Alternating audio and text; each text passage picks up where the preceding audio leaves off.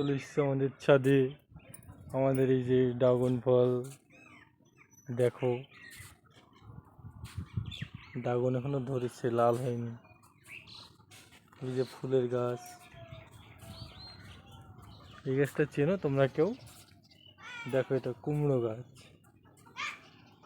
এই যেটা কুল গাছ। আর ওইখানে একটা শাকচুন্নি এই যে দেখা যাচ্ছে।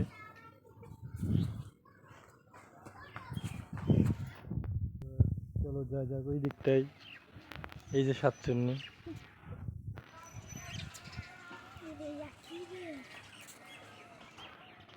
এই যে এখানেও ড্রাগন ফল, সব ড্রাগন ধরেছে কিন্তু এখনো পাকেনি। এই যে গাছ অনেক ড্রাগন ধরেছে, দেখতেই পাচ্ছ।